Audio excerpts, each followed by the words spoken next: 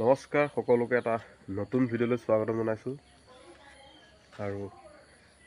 আজি ওলাইছোঁ নাজিৰা এইফালে দেখিছে মই বসন্তী আৰু এতিয়া সময় হৈছে 6টা উঠিলোঁ 3:30 বজাত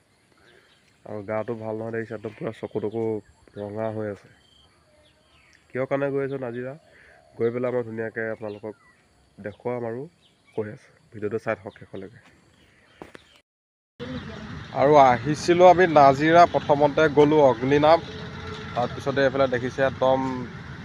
কি ধুনীয়া জেগা ক'বই নালাগে আৰু ক'ত আছোঁ পাছফালে সেই ঘৰটো দেখি গম পাইছেই ৰংঘৰ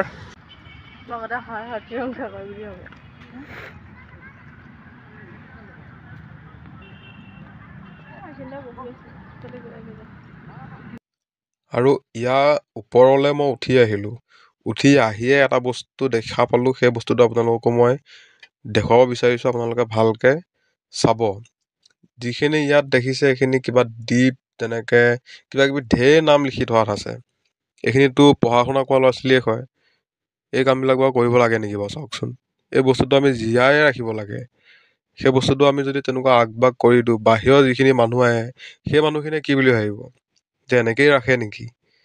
যিহেতু অকণমান এইটো চাব লাগে মানে বৰ এটা ঠিক দেখা নাই মই বাকী আপোনালোকে কওক এইবোৰ কাম কৰিব লাগে নে নালাগে এইখিনি কিন্তু পঢ়া শুনা জনা ল'ৰা ছোৱালী এইবিলাক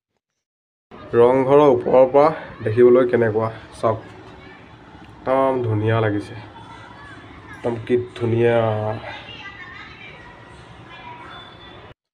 বাকী সেইখিনি বাদে ইয়াত বাকী চব ধুনীয়া একদম দেখিছে তো সেউজীয়া একদম এটা পৰিৱেশ ধুনীয়া পৰিৱেশ আৰু